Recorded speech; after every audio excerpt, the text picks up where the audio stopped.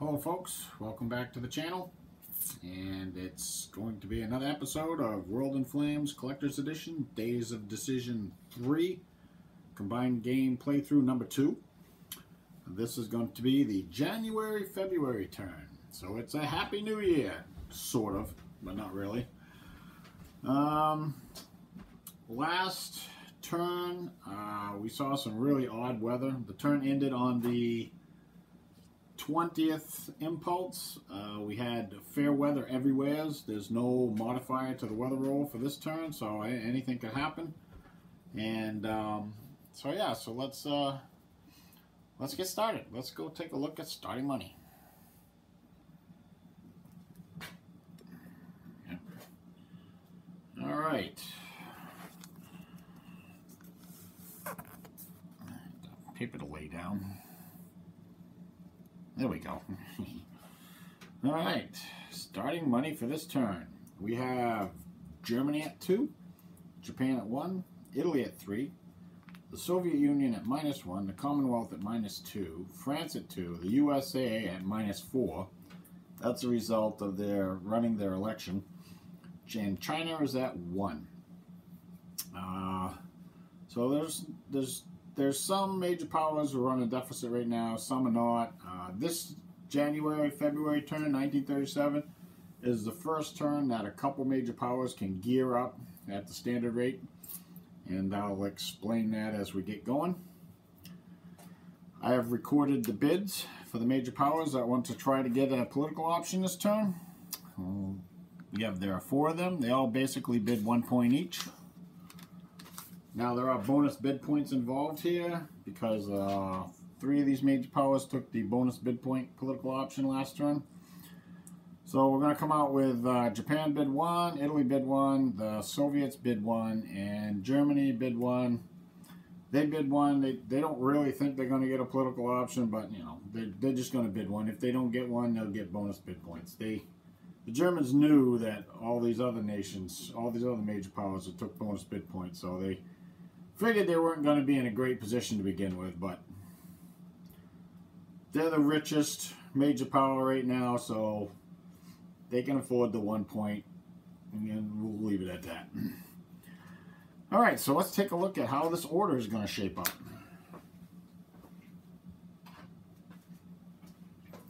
So we got Japan bidding 1. They get 8 bonus bid points. That gives them a total of 12. That's the highest. So they will come in the first position. The Italians bid 1. They get 6 bonus bid points. And their position gives them a +2. So that's a total of 9. The Soviet Union bid 1. They get 6 bonus bid points. Even though their political effectiveness is a 4, they have a -1 to it because of the London Naval Treaty. That actually is starting to affect things. So they get a +2 for their position. That gives them a 9, so they're tied with the Italians. We go over and we look at the political effectiveness. The Italians are 3. The Soviets are 4. However, they get a -1 for the London Naval Treaty. That gives them an effective 3 for a political effectiveness. That's tied with the Italians, so it will go current order. Italians will be 2nd. The Soviets will be 3rd. The Germans bid 1, they get a +4, that's going to be a 5, and they're going to be in number 4. So the first last card will be on Japan, and the second last card will be down here at Germany. The remaining non-bidding major powers, we have the US at 4, they will be 5th. We have a tie between the Commonwealth and France. I believe they are both 3s. They're both 3s for political effectiveness. So the tie will be broken by current order. So the Commonwealth will be 6th, the French will be 7th, and of course the Chinese will be last. That's the usual. All right, so we now have the order for political options. So let's go and take a look and see what Japan wants to do. Japan is going to be playing her Japanese option number 2, Gear Up. Now let's check out the prerequisites. This option can only be played if A, you are a fascist, Japan's a fascist, so they qualify for that one. Or, so the rest of them really don't mean anything. Current year is greater than or equal to the year specified on the PM track. We'll check that out in a minute. The Commonwealth, Russia, or the USA's PLM is above yours. I'll explain that too. You may not gear up to a PLM higher than your peacetime maximum, and I'll show you that as well. Now, the cost for this gear up is $9. 9 yen. Okay, so that's pretty expensive, but it's going to increase our production. The U.S. entry is a whopping 13. There are some minor country effects, which I will put those out, and I will do all that, and I will be right back in a second. So we just had Japan gear up. So this is the production track right here, okay? And I'll explain how this works. First off, can ignore these numbers at the top. That's for just days of decision only game. Since we're using this with World in Flames as well, those numbers don't count. This little symbol right here, this is your peacetime maximum production multiple. The production multiple of these numbers or fractions. So, for example, Japan is currently at 1/3 production multiple. So it's factories with resources produce a production point, multiply that by 1/3. That's how you get your production for your bid, your money, or your build points, or whatever you want to call them. That's money and build points is synonymous. So that's basically how the production numbers are calculated. Now, you look over here. It says the production multiple is 1/2, and you get some major power names. You got Russia, Commonwealth, France, or 1937. So if Russia, the Commonwealth, or Russia, I think that's China or France, are on level 2 for production multiple, Japan can gear up for the standard cost. If Japan had tried to gear up at the beginning of 36, okay, and none of this had taken place as of yet, and she had not met any of these qualifications, she would be paying double. If she wanted to gear up 2 years prior to the standard year of 37 or 39 or 40 or whatever that is, it would be, I think it's quadrupled, and in 3 years is, oh no, it's tripled, and 3 years is quadrupled, and so forth. It just gets, you can't, gearing up early really isn't economically feasible. Not at this point anyways. So Japan, by gearing up, moves her production marker from the level 1, the first box, to level 2. So she is now at level 2 for production. And that's going to basically work the same with the Italians. When the Italians gear up, they're going to move to level 2. This 1937, so they actually qualify it. For the other major powers, for Germany it's 38, the Soviet Union's 38, the Commonwealth is 38, China is 38, France is 38, the US is 39. So that's basically how it works. It's basically how I derive the build points or money for each major power during production. So okay, so now we get to activate a miner. So let's go and check out, see what Japan wants to activate. I think I already know. She's going to activate Chile. So we're going to grab that marker. I'm going to go over to the status display.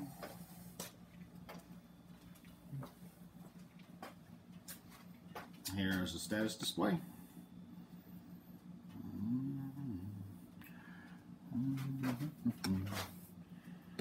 There we go. There we are. I can back it up a little bit. All right. Next, I can zoom out. That probably work better. All right. So here we go. Japan has 2 points in Chile. The Chile marker is here. Japan's over here. So it can either go here or here. And I think in this case, we're going to go here. And that's the end of that. Japan rolls. See if she ends the political phase. Ooh. Got a 3. So the political phase will continue. And we will be going to Italy.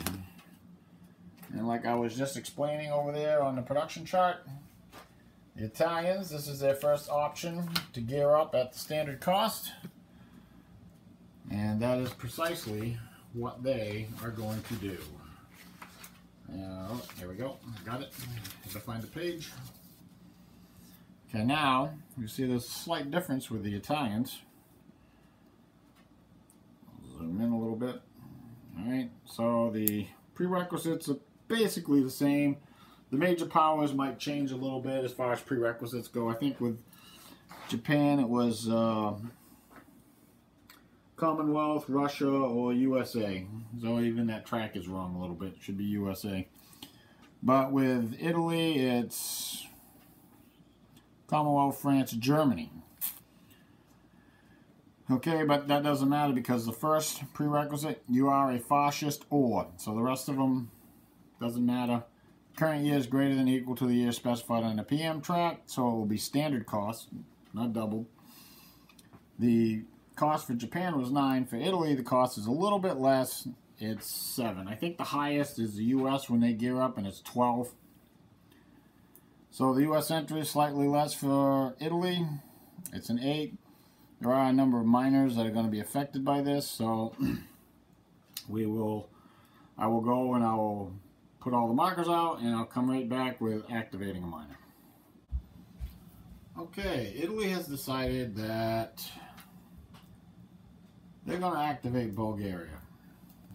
There's no particular reason. It's not going to benefit the Italians at all, but they want to get rid of that -1 Italian marker within Bulgaria. So they're going to activate Bulgaria. I'll pick up the marker. Oh, actually, it doesn't even matter. There's 2 -1s here. They're not going to move the marker at all. So I'm just going to take them off.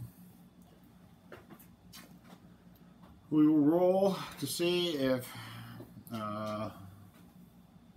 Italy ends the political phase. Roll an 8. That's not going to end the political phase, so we will move on to the Soviet Union.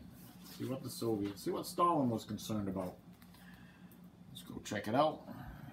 Stalin has been somewhat concerned of late about the Japanese buildup on the mainland of China. Now, the big problem for the Chinese is that they have a lot of their forces concentrated in the middle of China. And the reason for that is that the nationalist Chinese or even the Soviet Union could start a Chinese civil war. And as you can see, there's 2 resources here and 2 factories for the nationalists. There's a resource and a factory there. So there's 3 resources and 3 factories very close to the capital of Communist China, which is Lanzhou. Now, the Communist Chinese don't have a lot of troops, but the nationalists don't have a lot of troops either. So a little bit of lending here there from a major power, and it could get bad for one side or the other in the Chinese Civil War. But Stalin is somewhat concerned about this buildup here. He doesn't want to see China just collapse.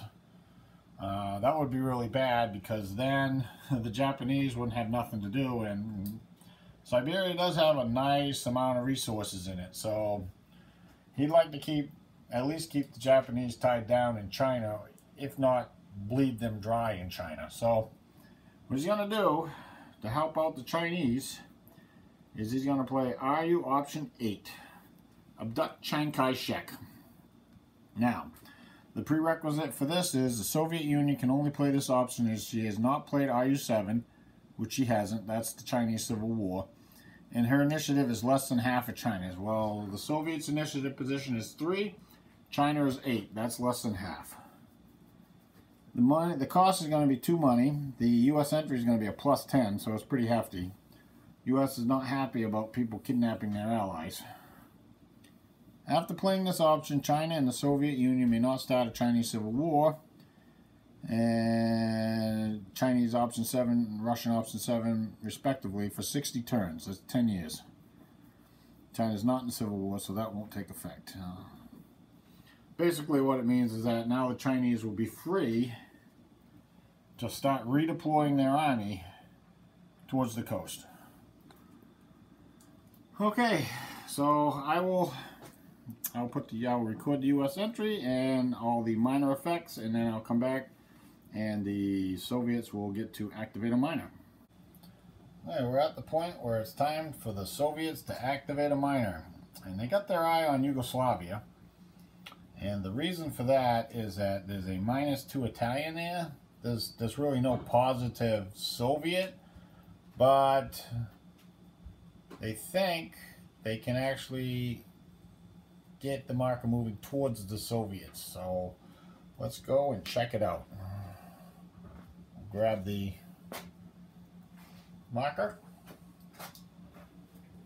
and we'll head over to the status display. Alright. Here we are, status display.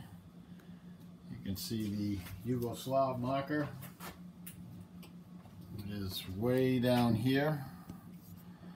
Now it's sort of up to the major power how they move the marker. Now Italy is here. 1, 2, 3, 4, 5, 6, 7, 8. Okay, so it's really the option of the major power moving the marker. There's a -2 Italian. So for the Soviets, they have the option of moving it here, here, or here. Now Yugoslavia has a treaty with France and Russia, so to move away from France is going to cost an extra point. So right now it's 3 hexes from France. So if the Soviets move it here, that still leaves it 3 hexes from France, but it gets it closer to the Soviets, and it's still further away from Italy. So it does qualify as moving the marker properly.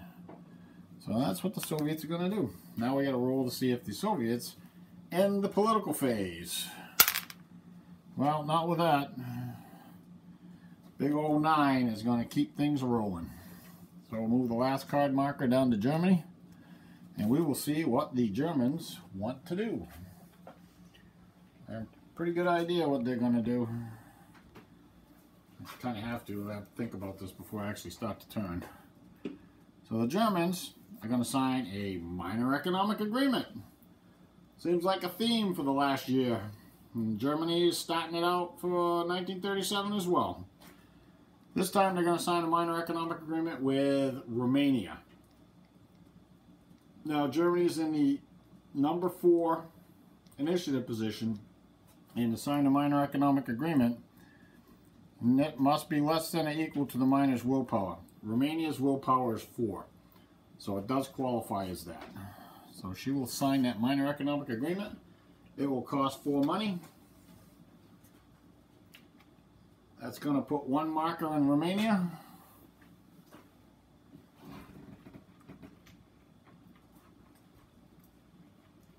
And bring Germany up to a 2 from a 1. Now Germany gets to activate a minor. Who's she going to activate? Oh, yeah, let me see somebody. The Germans are going to activate the Baltic states. They have a +2 in the Baltic states. Let's grab that. We'll head over to the status display. Here we see the Baltic states are right here, 1 hex out of the center. Right here, closer to the Soviet Union. So we have a 2 German marker. That's just going to move the marker down here to where Ireland is. And the Germans are happy with that. And that is the end of the political phase. I will come back after I roll initiative and the weather, and I will show you reinforcements. So I have rolled initiative. The initiative roll came out as a 6 for the communists, modified to an 8, a 7 for the Democrats, modified to an 8, and a 9 for the fascists, modified to an 11. So the fascists won the initiative roll, though they chose last. The communists and Democrats were tied since the communists won initiative the previous turn. The Democrats break the tie and they decided to go second, and the communists will be going first. The weather roll was a nice 9. And a 9 in January, February is blizzard in the Arctic, snow in North Temperate and the Mediterranean, clear in north monsoon, storm in south monsoon, and rain in south temperate. There's a +2 to next set of impulses weather roll, and the impulse marker will be moving up 3 per turn. All right, so let's go take a look at reinforcements. This is the January-February turn. I can get that. There we go. Yeah, things got moved around. That's nice. Okay. Whoop. Forgot to move the turn marker. I think I forgot to move the year marker too. There we go. All right. Everything's caught up. All right. Let's see what we got for reinforcements. We have 2 convoy points for Japan, 1 convoy point for the Commonwealth, 1 tanker point for the Commonwealth. You'll see that will be a common theme for the Commonwealth, is a tanker point and a convoy point pretty much every single turn. The only other reinforcements is a big pile of ships. First up is we have the carrier Hiryu going into the construction pool for Japan. We have the Saratoga and the Lexington going on board for the U.S. Now that's going to change the London Naval Treaty numbers. We have 2 ships for Germany, the Tirpitz and the Graf Zeppelin going in the construction pool. We have the Furious for the Commonwealth going on map. And we have, Italy gets her oil development project in Libya, so I'll be putting that on the map too. So Italy will be actually getting an oil point this turn. And she geared up. Boy, she's excited now. So I will get these on the map, the reinforcements, and I'll probably just going to run through the turn because I can't see anything happening at all with the way the weather is and the fact that everybody's basically at peace right now. I don't see any wars breaking out. I mean, there's some tension in Asia at the moment, but it's what, blizzard there or snow? Where? It's snow. Yeah, that's it's not good. Yeah, so I don't see any war breaking out or anything interesting happening this turn. So I'm probably just going to run through the turn, and I will come back with production. All right, see you in a bit. Okay, I've done the production for each major power, and it comes out something like this. Germany is producing 8. They saved in oil, and they started with 5. They spent 3. They pulling the Graf Zeppelin out of the construction pool, and they're laying down another heavy cruiser. Japan produced 6. They did not save in oil. They're starting at -3. They are not spending anything. The Italians produced 3. They're starting at -2. They are not spending anything. The Soviet Union produced 3. They're starting at -1. They're not spending anything. The Commonwealth produced 5. They're starting at 3, and they spent 4. Tanker point, convoy point, and they pulled this out of the cups. It's a battleship, King George V. The French produced 2, started with 4, and spent 3. They are building a convoy point and a infantry division. USA produced 3, started at -1, and they spent 1. They pulled the Pensacola out of the repair pool. The Chinese produced 1, started with 2, and spent 2. They are building a fighter, single engine fighter. So I'll get these on the production circle, and I think we're just going to roll right into the next turn. So I will pick back up with the starting money for each major power for the March-April turn and the bids for each major power. Okay, welcome to March-April 1937. So starting money for the major powers looks something like this. Germany at 2, Japan at -3, Italy at -2. Those 2 major powers geared up last turn. That's why they have big minuses. And they didn't spend anything last turn on production. Okay, the United States is at -1. She's still trying to recover from her rather expensive election. The Commonwealth is at -1. The French are at 1. The USSR is at -1. The USA is at -2. And China and France are both at 1. Alright. Despite the complete lack of money for the major powers, I would have figured there'd be no bidding at all, but I looked at it and there's a few major powers that want to do some things. So I got 3 major powers bidding. I have Germany, the Commonwealth, and surprisingly France.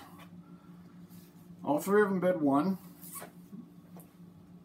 That's going to be modified as follows. The Germans are in the 4th position. They're going to get a +2. It gives them a 3. So they will take first. And Germany will be in the 1st initiative position. The Commonwealth and France both bid 1. They both get a +1 for their bid modifiers. So that gives them a 2 in total. So the tie will have to be broken by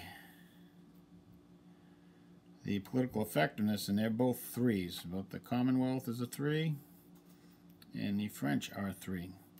So the tie will be broken by current order, and that's just fine for the Commonwealth and France. They are A-okay with that. So the last card goes at France. The first card goes at last card is at Germany. The last card is at France.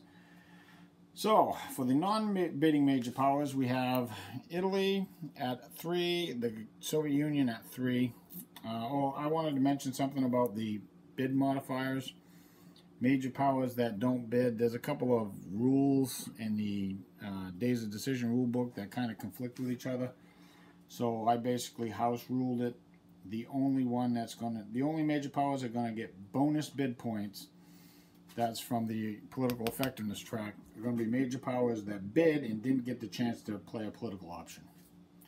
It says in the rule book that major powers that didn't bid and the political phase ended early, they also get bonus bid points, but that just doesn't make sense to me. So, like I said, there's another rule in there that conflicts with it that says what I had previously mentioned about major powers that bid and don't get to play a political option get bonus bid points only. So we're going to go with that. Just house rule it for that. That seems to make more sense to me. Anyways, non-bidding major powers here. We have Japan at +4, so they're going to come in at 4th. We have the Italians at +3, the Soviets at +3. That's going to be broken by the political effectiveness track. We go over here, we take a look at the Italians are at a 3, the Soviets are at a 4. However, due to the London Naval Treaty, they get a -1. That bumps them down to a 3. That's the same as the Italians, so the tie will be broken by current order. Italians will be 5th, the Soviets will be 6th, the USA is at +2, they'll be 7th, China is at 0, they'll be 8. So we have 3 bidding major powers. Let's go see what the Germans want to do. Germany's first up, and I think we're just going to go with the common theme that the Germans have been using up till now is a minor economic agreement. They're going to sign an agreement with Romania for their last oil. That will put a 1 influence marker in Romania for that agreement. I've paid the money.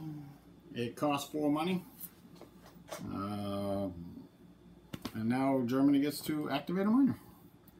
And I think we're going to activate Romania. Let's go over here. We have a 3 German marker in there, and a 1 British and a 1 Soviet. So let's go over here to the status display. And you can see Romania right there. We got 3 German, 1 Commonwealth, and 1 Soviet. Alright. So the Soviet marker is not going to do anything. The Commonwealth marker is not going to do anything. It takes 2 points to move it a hex. Now, Romania does have a treaty with France. Okay? So what that does is it makes it more difficult for the Romanian marker to move away from France, which is over this way, just on the other side of Czechoslovakia here. So, it's normally 2 for a hex, but we're going to add 1 because Romania has an alliance with France. So it's going to be a total cost of 3 to remove the Romanian marker here. And you can see it's pretty difficult moving markers when there's an alliance involved. Now, we're going to roll a die and see if Germany ends the turn. Oh! It rolled around, but we got a 4. So we will move onward. Move the last card marker down to the Commonwealth and go. Let's go see what the Commonwealth wants to do.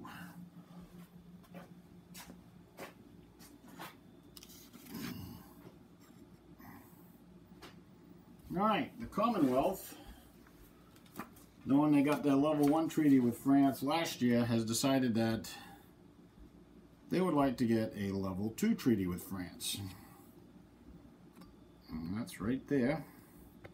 The cost is going to be 4 money. U.S. entry is going to be a 4. There are some minor effects here. But I won't do any of this until we get to the French turn to see if they agree to the proposal. Because none of this takes effect unless the French also agree, unless we are able to get to the French political phase and they are able to agree to a proposal. So all we have to do is roll a die to see if the Commonwealth ends the turn and shoots themselves in the foot. Nope, it was pretty close, but a 4 means that the political phase will continue. So we'll put this aside. Okay, surprise, surprise, the French have decided to agree to a proposal. And so the level 2 treaty between France and the Commonwealth has been signed. So I will put out the influence markers and record the U.S. entry, and then I'll come back and the Commonwealth will activate a minor. Okay, we are at the point where it's time for the Commonwealth to activate a minor. And I think we're going to activate Saudi Arabia. I looked around and I think this is the best option for the Commonwealth at this point. So let's go over here and take a look. Excuse me. We have a 1 Italian, a 2 Commonwealth, and a -1 Soviet. So the 1s are not going to do anything. It takes 2 points to move it a hex. We got 2 Commonwealth points, and that will move Saudi Arabia towards the Commonwealth, which is over in this direction. We'll move 1 hex. Yeah, oh, okay, yes. Thank you. 1 hex this way. Yeah, well, we got the Saudi Arabia moving a little bit, so who knows? Okay, I will come back in a few minutes or seconds, and we'll roll initiative and weather, and then show you reinforcements. Okay, I've rolled initiative. The initiative roll came out at 377. Democrat, Communist, Fascist. So the Fascists won, and the Democrats lost, and the Communists are in the middle. Because the Fascists have a +2, the Communists have a +1, and the Democrats have a 0. I rolled weather. The weather roll was a 7, which is rain in the Arctic and fair weather everywhere else. There's no modifier for next turn set of impulses weather. The impulse marker will be moving up 2. And let's go take a look at reinforcements. This is the March-April turn.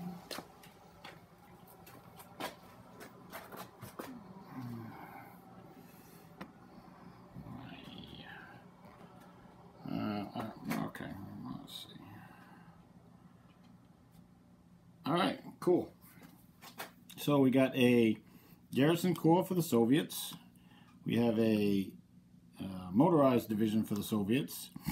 We have a convoy point for the Japanese, a tanker point for the Japanese, a tanker point for the Commonwealth, 2 convoy points for the French, a convoy point for the Commonwealth, a pilot for Germany. We have a ship, the Sidlitz, going in the construction pool for the Germans, a Soviet ship, the Molotov, going in the construction pool for the Soviets, And we have the carrier Wasp going in the construction pool for the United States. So that's about the end of that for the reinforcements. I'll get these put on the board. There's no additions to the London Naval Treaty ratios. I think what we're going to do is I'm just going to run through the turn. I really don't see a whole lot happening right now. Something might happen in Asia, but I don't think the Japanese think they're ready yet. So I don't really see anything happening. So I'm probably just going to run through the turn again. And we'll get this turn. I'll run through the turn and I'll come back with production. Okay, here we are at production. And starting off with Germany. Germany produced 8 and saved in oil, thanks to that additional Romanian oil they got. They spent 4. Excuse me. They're building a pilot and they pulled the torpedoes out of the construction pool. Japan produced 5, started with 2. They spent 7. They are building a Marine unit, Corps, and 2 convoy points. Italy produced 3, started with 1, and they spent 4. They pulled the Laterio out of the construction pool, and they're building a pilot. The Soviets produced 3, started with 2, and spent 5. 2 convoy points and an infantry army. The Commonwealth produced 5, started at -1, and spent 5. 1 point for a combat air group, 2 for a pilot, and 2 for 2 convoy points. France produced 3, started with 4, and spent 5. They are putting down the HQ Pritalan. USA produced 3, started with 1, and spent 3. They are pulling the Tennessee out of the construction pool. China produced 1, started with 2, and spent 0. I will get these on the production circle, and I think that's going to be it for now. I'm not sure exactly how long this video is running. It's probably over a half an hour, maybe even approaching an hour. So I'll get this uploaded, and I'll probably do another video in the next day or so. I think things in Asia are going to start heating up pretty soon. The fact that the Japanese are building a Marine unit, that is pretty indicative of something's coming pretty soon. Yeah, well, hey, thanks for watching. Like and subscribe, and I appreciate it. See you next time.